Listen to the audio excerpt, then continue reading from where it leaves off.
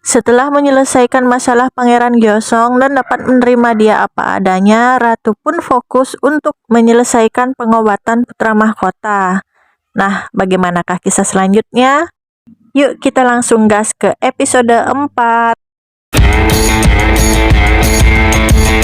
Pangeran Songnam yang telah mengetahui kalau pelaku pembakaran adalah ibunya ingin meminta penjelasan dan segera menuju ke istana ratu. Namun betapa terkejutnya ia karena di sana ia menemukan kakaknya terbaring lemah tak berdaya. Dan Pangeran Songnam pun menanyakan pengobatan apa yang sedang dijalani oleh kakaknya tersebut. Ratu pun datang dan mengajak Pangeran Songnam untuk pergi keluar. Lalu Ratu menjelaskan tentang penyakit putra mahkota yang menderita penyakit yang sama dengan putra mahkota Taein, yaitu penyakit Hyeolgeol atau kurang darah. Ratu pun mengatakan bahwa ia tidak boleh gegabah dalam menangani penyakit putra mahkota, karena itu adalah keputusan terbaik Ratu untuk melindungi putra mahkota. Pangeran Songnam pun menanyakan apakah kebakaran itu juga caranya untuk melindungi Pangeran Gyeosong. Ratu pun menjawab benar kalau itu adalah ulahnya. Lantas, mengapa pada saat Pangeran Songnam masih kecil, ibunya membiarkan ia tumbuh sendiri di luar istana? Tanya Pangeran Songnam. Ratu pun menjelaskan kalau Pangeran Songnam dibawa keluar istana pada saat bayi. Dan Ratu saat itu masih terlalu muda sehingga tidak mampu untuk berbuat apa-apa. Itulah caranya untuk melindungi Pangeran Songnam waktu itu. Pangeran Songnam pun mengerti, namun ia ingin Ratu menceritakan kejadian itu saat Ratu sudah siap. Dan untuk sekarang, Pangeran Songnam meminta ibunya untuk fokus pada pengobatan putra mahkota. Pada saat Pangeran Gyeosong sedang mengagumi lukisan dirinya, ia pun dikagetkan dengan kedatangan Pangeran Songnam yang mengajaknya untuk ngedrink bareng. Pangeran Gyeosong pun memberitahu kakaknya bahwa ia mengundurkan diri dari pemilihan teman belajar putra mahkota atas izin ibunya. Sekarang harapan terbesar ibunya cuma Pangeran Songnam saja. Pada keesokan harinya, Pangeran Songnam pun diam-diam keluar istana. Ia pun menemui detektif untuk mencari tabib yang mengerti tentang penyakit kurang darah tersebut. Mbak Dayang yang mengetahui kembalinya tabib Cho Guk-kyung segera melaporkannya kepada Ratu.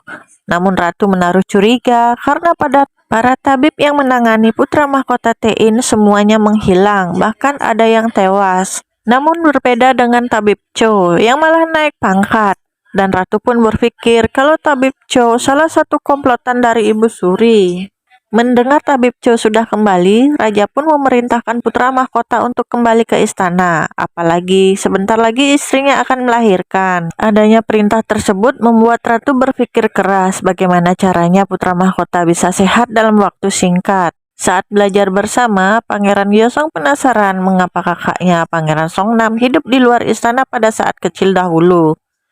Pangeran Songnam pun teringat momen di mana saat ia pertama kali datang ke istana, di mana Ibu Suri berkata kalau Pangeran Songnam tidak boleh penasaran dan mencari tahu apa yang ia lihat, apabila ia tidak ingin diusir dari istana lagi. Sepertinya Pangeran Songnam mengetahui sesuatu rahasia yang membuat Mak Suri khawatir. Pada saat Raja melakukan rapat, ia pun mengumumkan untuk ujian kedua adalah berisikan diskusi dan perdebatan. Dan nilai akhir didapatkan dari total nilai ujian pertama dan kedua. Jelaslah si kakek Wisong pun protes, takut cucunya tak terpilih pada saat tes terakhir. Namun Raja tak peduli dan mengatakan bahwa masalah tersebut hanyalah masalah sepele. Karena tak digubris oleh Raja, ia pun mengadu kepada Ibu Suri.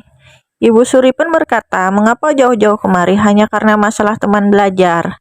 Si kakek Wisong pun menyindir Mak Suri. Pada waktu dulu, 20 tahun yang lalu, ia pun melakukan hal yang sama. Datang malam-malam untuk bertemu dengannya. Berencana menjatuhkan putra mahkota Taein. Dan jika tindakan itu berhasil, akan menjadikan si kakek Wisong ini ketua dewan. Bahkan akan menjadikan putrinya ratu. Nah, karena salah satu janjinya tidak terpenuhi, yaitu menjadikan putrinya ratu, maka si kakek Wisong pun memerlukan bantuan si emak Suri ini untuk menyokong Pangeran Wisong menjadikannya putra mahkota. Di scene berbeda, tampak Slirte memberi kejutan kepada Pangeran Bogem.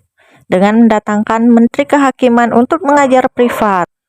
Namun dengan tidak disangka-sangka, Pangeran Bogem mengusirnya karena itu termasuk curang dan ia ingin lolos dengan kemampuannya sendiri. Dan hal ini membuat ibunya kesal karena ia sudah dengan susah payah mendatangkan Menteri Kehakiman sebagai guru privatnya. Pada pagi hari, para pangeran yang sudah lulus pada tahap pertama berkumpul di Singkangwon untuk menjalani tes kedua. Sedangkan Pangeran Songnam yang akan berangkat dikejutkan oleh kedatangan ibunya yang datang untuk memberi semangat.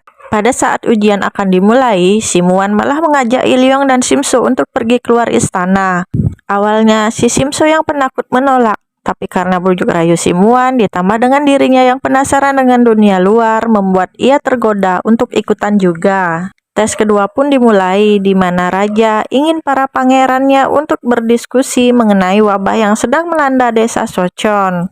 Pertanyaan ini pun membuat si kakek Wisong senang, karena ia sengaja tidak memasukkan topik mengenai wabah tersebut agar raja memilih topik tersebut. Dalam hal ini, Pangeran Wisong pun sudah menyiapkan jawaban untuk topik tersebut. Pangeran Bogem menjawab setuju dengan penanganan saat ini yang mengisolasi desa, tapi harus tetap mengklasifikasikan pasien yang sakit parah dan ringan. Dan apabila sudah ada yang sembuh, bisa bebas dari karantina. Namun Pangeran Wisong tidak setuju karena pasien yang sudah sembuh tidak menjamin virus itu akan hilang dari tubuh si pasien, sehingga solusi dari Wisong agar membakar desa yang terkena wabah karena sebagian besar desa tersebut adalah orang-orang imigran. Tetapi Pangeran Songnam yang menghabiskan masa kecilnya di desa itu tidak setuju atas solusi si Wisong. Menurutnya, hal itu terlalu kejam untuk dilakukan seorang pemimpin. Daripada membakar desa, lebih baik mengirim sebanyak mungkin tenaga medis dan membunuh wabahnya, bukan rakyatnya. Dan jika membakar desa, hal itu akan membuat rakyat akan sangat ketakutan.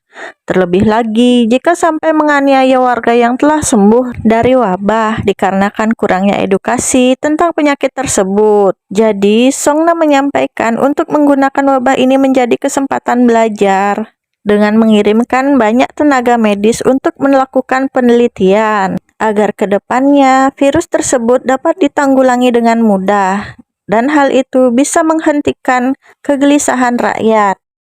Mbak Dayang segera memberitahu Ratu kalau tes kedua telah usai.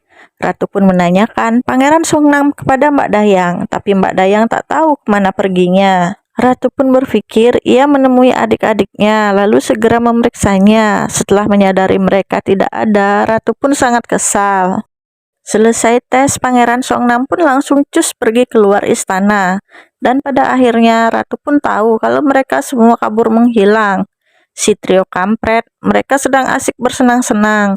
Dan si keong racun menggunakan kesempatan ini untuk bertemu dengan Chowol, pujaan hatinya. Karena Ratu sudah mengancam Chowol, ia pun tak mau menemui Simuan.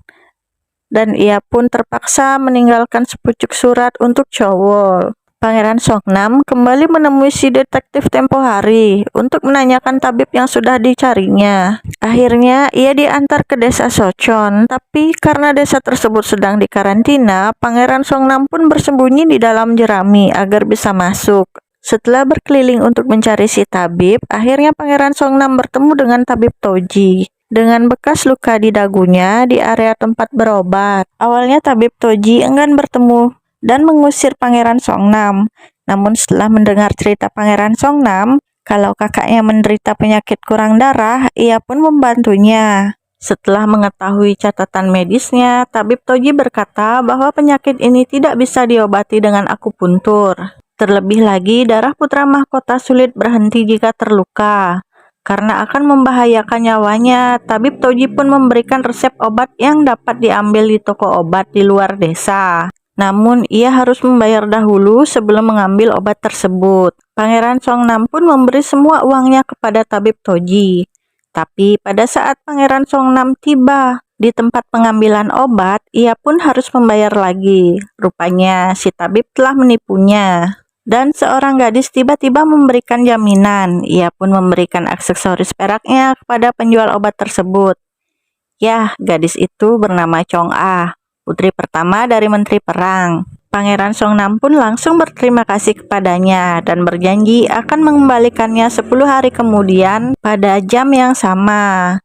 Chong-a pun tampak gembira karena ia akan bertemu Songnam lagi. Sepertinya si Chong-a ini sudah jatuh cinta pada pandangan pertama. Trio kuek-kuek yang sedari tadi bersenang-senang keluar istana pun kembali. Apesnya mereka sudah ditunggu oleh ratu yang sudah kumat darah tingginya. Si Muan pun dimarahi habis-habisan oleh ratu karena telah mengajari Pangeran Simso yang polos untuk menjadi berandal. Tapi Pangeran Simso berkata kepada ratu bahwa hari ini adalah hari yang membahagiakan dalam hidupnya karena ia bisa melakukan sesuatu yang belum pernah ia lakukan. Dan hal itu membuat ratu iba. Ia pun setuju untuk merahasiakan kejadian ini kepada Slirko. Pangeran Songnam yang telah kembali ke istana dan membawa obat dari luar membuat tabib panik.